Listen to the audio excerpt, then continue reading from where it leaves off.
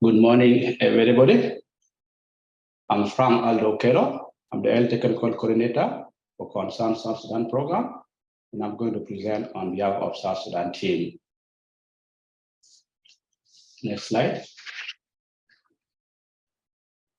South Sudan is a fragile state emerging from a long civil conflict and has a fragile state index of 112.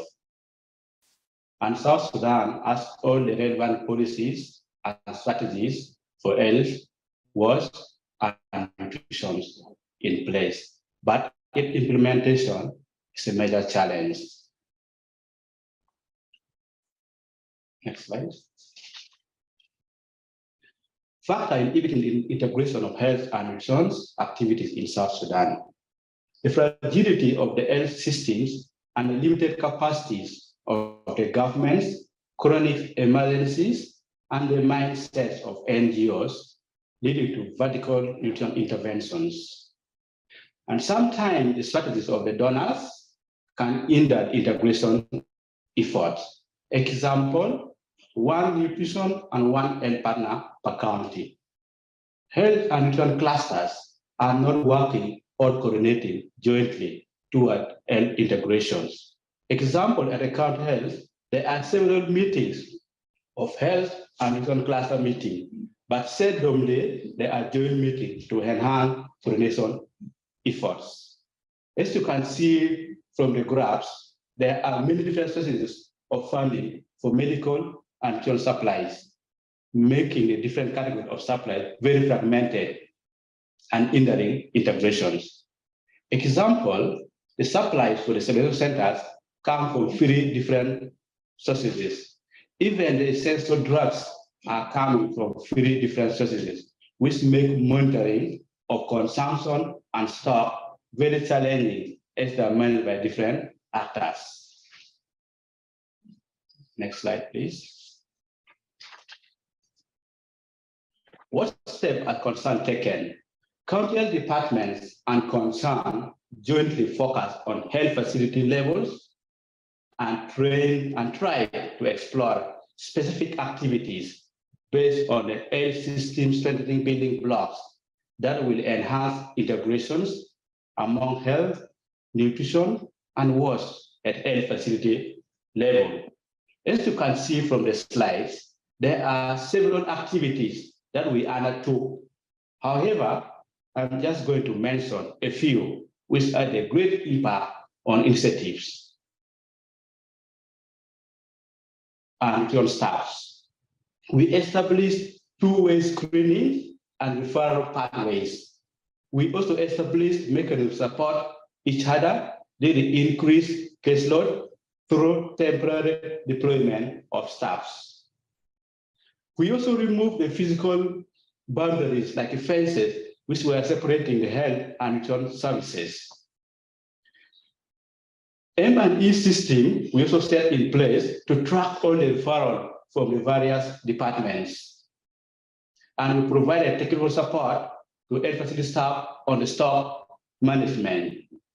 We also mapped out all the list of medical supplies and nutrition commodities from different sources. Next slide. We also focus on community level integrations. As a first step, as I mentioned before, we develop joint training packages.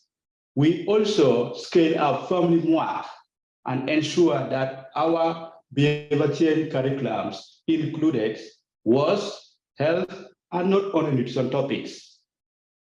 We also piloted the SaaS approach in one of the facilities. And we found that it greatly helped us move toward an integrated approach. For example, health and nutrition staff discussed about the nutrition admission and mobility trend and how they're interlinked. Based on the discussions, both health and nutrition staff came up with a joint action plan where they can support each other during the spikes.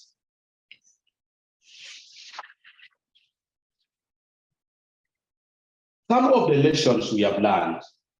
Overall, one of the major learning that we had was even in extremely fragile context, with major constraints across the health move toward greater integration of health was. We also learned that we cannot just focus on one aspect of integration, example, human resource for health or medical supplies, but we needed to take into account all the building blocks of the systems, and all relevant actors need to have a consolidated and coordinated efforts toward integrations. Another critical thinking was that we don't need to come up with a complex mechanisms, but rather take a simple, inclusive, and participatory approach at the facility level to make integrations work. And supporting what's in health facilities is critical to aid integration efforts and also to mitigate the risk of outbreaks, just like it was in COVID-19. And lastly, the most important learning is that health workers should be at the center of any integrations between health, work, and nutrition services.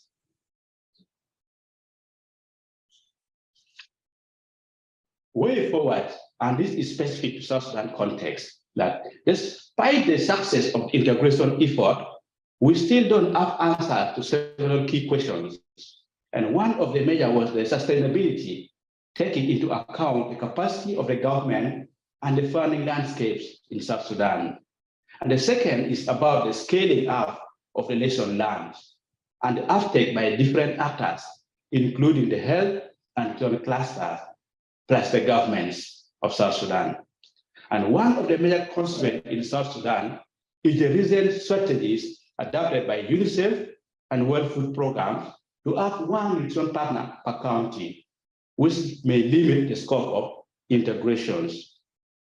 And we still don't know how the future health and nutrition strategies of UNICEF or World Bank and Food Fund programs will look like.